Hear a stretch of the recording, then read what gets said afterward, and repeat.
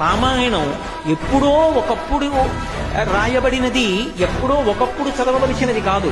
తెలియక ఒక మాట అంటూ ఉంటారు, నేను పదవీ విరమణ చేసేసిన తర్వాత రామాయణం చదువుకుంటానండి, ఏ పుస్తకం చదువుకోమంటారు రామాయణం అని అడుగుతూ ఉంటారు.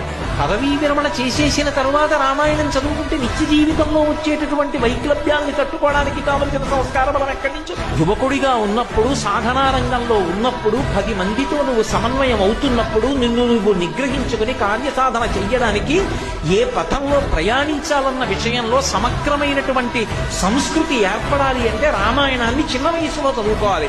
ఉన్నతనంలో ఉండగా చదవాలి తప్ప ఎప్పుడో వయసంతా అయిపోయిన తర్వాత రామాయణం చదువుకుంటానండి అంటే అప్పటికి ఎవరి మీద నువ్వు కోపడకూడదో, ఏ కోపం తెచ్చుకోకూడదో ఆ కోపం తెచ్చేసుకుని ఎవరిని ఏమనకూడదో అది అనేసిన తర్వాత, ఆ పాపం మూట కట్టేసుకున్న తర్వాత, వయసుడిగిపోయిన తర్వాత రామాయణం చదువుకుని పశ్చాత్తాపం పొందడానికి పనికి వస్తుందేమో కానీ నువ్వు జీవితంలో దోషాలు పొందకుండా ఉండడానికి, నిగ్రహించుకోవడానికి కావలసిన సాధన ఎలా పడుతుంది? అందుకే ఓపిక ఉండగా పఠించవలసినటువంటి సద్వస్తువులు ఇవన్నీ.